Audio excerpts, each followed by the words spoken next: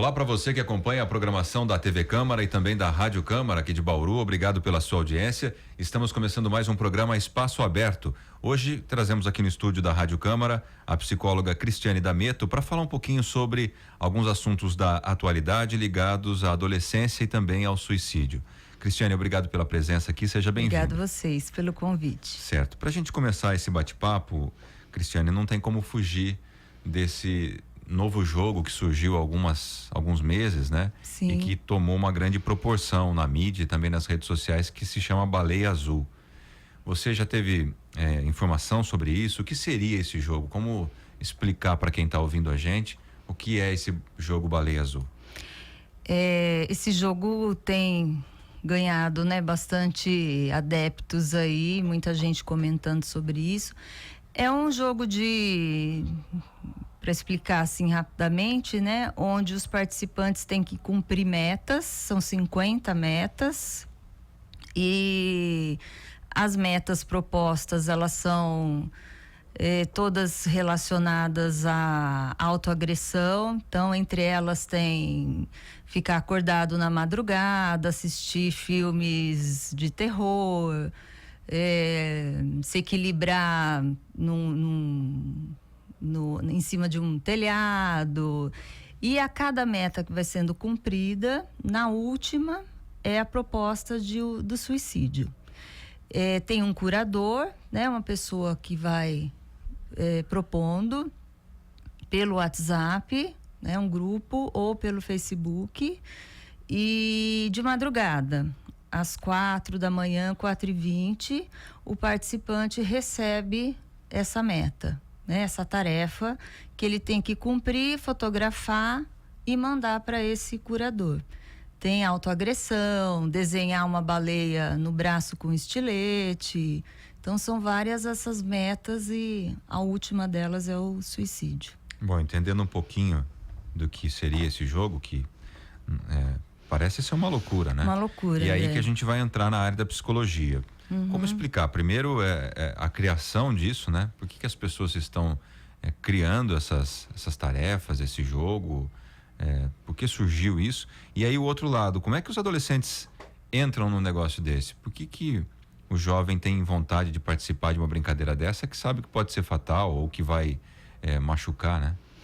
A gente tem assim uma estatística de 2002 para cá que o suicídio entre jovens e crianças tem aumentado bastante, né?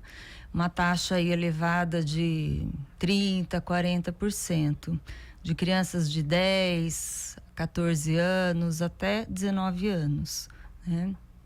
E a gente, assim, as pesquisas são muito recentes.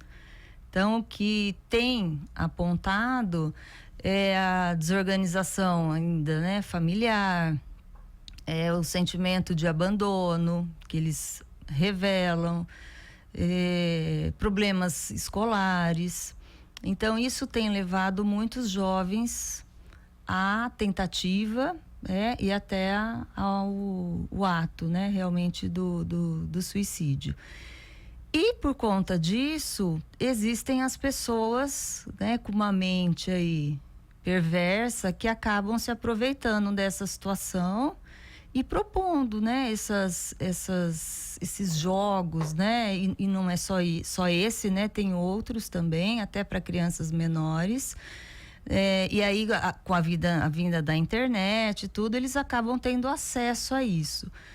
E o que leva eles a procurar é justamente essa situação de vulnerabilidade. Todo jovem, ele tem curiosidade. E é um jogo de metas, né? Então, eles se interessam por isso. E a curiosidade faz com que eles se envolvam. Aqueles que não têm essa vulnerabilidade conseguem sair. Aqueles que têm acabam, né, se envolvendo um pouco mais. Esse jogo, pelo que a gente sabe, ele ameaça. Então, às vezes eles querem sair e o curador ameaça, porque você tem que cadastrar e dar endereço, telefone, ele ameaça. Se você sair, a gente vai machucar a sua família, né? A gente sabe onde você mora, então isso acaba dificultando mais a saída deles desse jogo e alguns acabam até finalizando. A gente vê que isso foi extremamente divulgado e até banalizado, né? Exatamente. Uma discussão já de muito tempo de que a divulgação do suicídio, ela incentiva outras pessoas que estão aí no caminho a consumarem o ato, né? Tanto é que a grande mídia não divulga o suicídio, a não ser que seja um caso esporádico, né? Mas você acha que essa divulgação excessiva na rede social, no Facebook, por exemplo, isso foi divulgado muito, né? E depois acabou tomando também os jornais. Isso acaba ajudando o adolescente a ter mais curiosidade, a procurar, e de que forma isso atrapalha? Então, a gente tem os dois lados, né? O suicídio, ele está sempre envolvido pelo silêncio, né, André? Uma coisa assim, as pessoas não falam porque isso remete muito à culpa, né? Até no caso dos adultos, né? A culpa dos familiares. Imaginem com um adolescente. Então, isso é uma coisa que não é falado. Por isso que, estatisticamente, a gente acaba não sabendo muito bem, né? Quais os números reais. Então, isso acaba atrapalhando, né? A nível de pesquisa, você ter dados que poderiam nos auxiliar a trabalhar mais a nível da prevenção. Por outro lado, a gente sabe, sim, que entre os jovens, o jovem é muito influenciável pelo grupo. Quando tem um suicídio, pode esperar que dali uns dias ou meses vai acontecer outro na mesma escola, na mesma família, na mesma comunidade, por conta, né, dele ser muito sugestionável. Então, a gente não sabe até que ponto essa divulgação pode ajudar, acho que no sentido de alerta, né, para os pais, mas quando ela é de uma maneira demasiada e irreal, né, sensacionalista e tal, isso acaba atrapalhando, né, porque eles ficam realmente muito suscetíveis, né, a essa situação. E essa banalização, porque na rede social banalizou, né? Muito. Piadas, brincadeiras, e parece que é até um negócio divertido, né? Isso Como é muito ruim. Isso? Não, isso é sempre muito ruim, porque é uma situação muito séria, né? A gente viu várias, né, brincadeiras, até relacionando isso à geração do mimimi, né? Que os adolescentes que acabam cometendo isso é porque são muito frágeis, falta chinelada, né? Culpabilizando os pais até. Realmente, a gente tem uma geração que tem uma dificuldade maior de lidar com frustração, e não é uma questão de pais, é a nossa geração do imediatismo, né? Tudo para ontem. Isso é uma questão mesmo do que a gente está vivendo a nível social. Mas essas pessoas em si são pessoas que precisam realmente de ajuda, né? Que precisam ser olhadas com atenção, e que não dá para você minimizar isso numa questão educacional apenas, né? De que falta uma educação mais rígida, mais dura, porque não é de hoje, né? Na educação que era mais severa, as pessoas também cometiam suicídio, porque engravidavam, tinham medo de contar para o pai, né? Ou porque iam mal na escola, também tinham medo de contar e acabavam... A repressão era maior. A repressão também gerava suicídio. Então, o suicídio está aí, a gente sabe que desde sempre é um problema. A questão hoje é o acesso e o incentivo que está assustando muito, né, a gente nas redes sociais. E nessa facilidade, diante desse acesso tão fácil que os adolescentes e crianças hoje em dia têm a esse mundo virtual, né, que é onde está inserido principalmente esse jogo em questão, como é que os pais podem descobrir que o filho tem uma propensão está propenso ali a participar de uma brincadeira dessa? É possível, dentro da psicologia, apontar alguns sinais para que a família fique atenta, para que evite um mal maior, trabalhe nesse sentido? O que a gente vê assim que chama, né, atenção para essa, né, possibilidade é o isolamento, tristeza, a queda no rendimento escolar, mudança de comportamento brusca, né? De grupo de amigos que costumava se relacionar, de repente não quer mais, atividades que gostava de fazer começa a deixar de fazer, dentro de casa mesmo, comportamento mais de tristeza, né? De falar pouco, e aquilo que começa a se interessar. Se interessar por questões mais agressivas, jogos mais agressivos, falar sobre isso também e ter próximo, né, deles pessoas que fazem isso ou cometeram suicídio ou tentaram suicídio. Eles chegam em casa às vezes falando do fulano, do ciclano, então a gente tem que estar, os pais têm que estar atento a esse tipo de sinais. E como é que você avalia o uso da internet pelos jovens, da rede social hoje em dia? É excessiva? É possível diminuir um pouco isso? Como é que os pais devem lidar com relação ao uso de adolescentes e crianças ao ter o acesso, né, ao celular, ao tablet, para chegar até uma rede social? André, a gente sempre orienta que tem que ter um controle. Hoje isso não tem volta mais. Tem como proibir, não né? Não tem como. O celular, ele deve ser dado para a criança o mais tarde possível, né? Computador, né, a internet, você tem que restringir, ter horário, né? Você ter acesso àquilo que seus filhos estão vendo, sempre acompanhar, conversar com os outros pais, porque se um não fala, às vezes o colega fala para o pai, então tem que estar acompanhando, saber o que os filhos estão vendo. Nem sempre é possível porque eles são danados, né? Eles escapam dali. Então você tem que ter contato com os outros pais e tá sempre acompanhando e restringindo o horário né? E substituindo, que hoje é o que os pais se queixam muito, né? De falta de tempo, essa situação toda, mas substituindo essa atividade da internet por estar saindo mais, fazendo mais atividades de lazer fora de casa e com os filhos, né? E muitas vezes isso vem até do próprio pai e da mãe, né? Também já está ali no celular. Exatamente. Isso vira um vício, não é só da juventude. Não. Acabou sendo uma maneira dos pais manterem os filhos em casa de uma forma que eles consideravam seguras. A gente escuta muito isso dos pais. Até então, olha, eu prefiro meu filho no computador do que na rua, né? Na boate, no shopping, com os amigos e tal, né? Então, eu prefiro em casa. Só que agora a gente está vendo que a internet não é um lugar tão seguro assim. Então era o que eles estavam fazendo. Agora a gente vai ter que rever isso também e tá acompanhando o que eles estão vendo em casa também, né? Tá, você falou de tristeza, né? Que é voltando um pouquinho, um dos fatores aí para que o adolescente se interesse por isso. É possível determinar que ponto é uma tristeza de algo que aborreceu na escola ou já é uma depressão? Há sinais disso? Porque eu acho que o adolescente depressivo, ele está muito mais propenso do que aquele que está um pouquinho triste, né? Sim, tem diferença, né?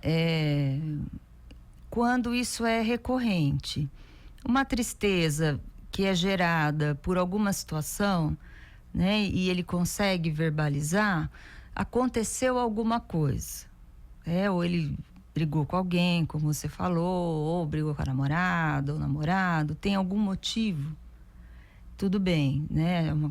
É normal, uma situação que é uma reação a uma situação. Agora, um adolescente que ele está todo dia, né? Alguns dias da semana, mais triste ou indiferente, né? Então, assim, ele não precisa estar chorando, ele está indiferente. Ele não sorri, mas ele também não chora, ele não se alegra com as coisas do dia a dia, mas ele também não fica triste, né? Se tem alguma situação que ele normalmente ficaria. Passa os dias como se fosse, né, um dia após o outro. Chega no final, uma frieza. Chega no final de semana, a mesma coisa. Então ele vai criando um certo distanciamento, uma falta de afeto. Então, isso sim, né, deve chamar mais atenção. Perfeito. Voltando só um pouquinho também no tema do jogo, além desse jogo que virou aí uma febre na rede social, não só dos participantes, mas também das pessoas que são contra isso e acaba gerando o assunto, existem outras. Por exemplo, a gente até estava conversando aqui com a Carol antes de começar a gravar, de uma série do Netflix, né, que virou febre também entre os adolescentes, que fala sobre o suicídio, né? Eu já li algumas coisas para que ninguém assista, que é ruim, mas muita gente também compartilhando que assistiu bastante, está viciado. E aí surgiu o termo indústria do suicídio. Você acha que isso é possível? E quem lucraria com essa indústria? Quem seria o fomentador de uma indústria de suicídio? Então, a gente fica pensando nessa possibilidade, né, André, com certo receio, porque vem surgindo muitas coisas em torno disso, né? A Carol falou e também que recebeu, eu recebi ontem, hoje, né, em grupos, esse vídeo de uma loja, né, de suicídio, é um desenhinho que chama muita atenção das crianças, né? E há um tempo atrás, propostas de como fazer, a gente tem acesso, né, até pela psicologia, por atender pacientes e tal, de grupos, né? No Facebook, e que eles falam muito sobre isso também. Então, parece que é uma coisa que vem fomentando. Quem lucraria, eu não tenho clareza, mas assim, né? Acho uma coisa foge, né? Mesmo, né? Uma loucura. Isso, de repente, alguém que comece a pensar sobre isso, mas o que a gente vê é que isso tem acontecido. E ganha força, né? E ganha força, porque assim, é do interesse dos jovens. Então, eles vão atrás disso, né? Eles vão atrás. Tem esse lado, todo jovem tem essa, né, essa coisa porque é da própria onipotência do jovem se testar, né? Tem uma sensação de corpo fechado, de comigo não vai acontecer, então eles têm um interesse por isso. Então, filme de terror, se a gente vê mesmo, né, esse lado mais macabro aí deles, então não deixa de ser uma produção aí que vai interessar eles. Mas essa área que vem crescendo. Outras coisas que a gente vê com crianças também menores, né, propostas, né, de manipulação mesmo dessas crianças. Parece que tem pessoas que testam, né, o poder, né, o controle que elas podem ter sobre os adolescentes, sobre essas crianças. Antigamente a gente tinha o distanciamento desse tipo de pessoa, né? Hoje com a internet Exatamente. Isso se aproximou de uma forma assustadora, né?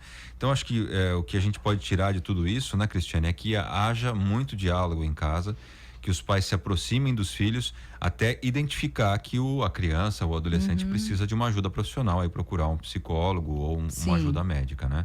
Isso. Cristiane, eu gostaria de agradecer a sua presença aqui, a sua colaboração, já que você dividiu esse conhecimento com a gente aqui. Você tem algum telefone de contato para quem quiser conversar um pouquinho sobre isso, tiver mais informação sobre o tema ou com temas relacionados à psicologia?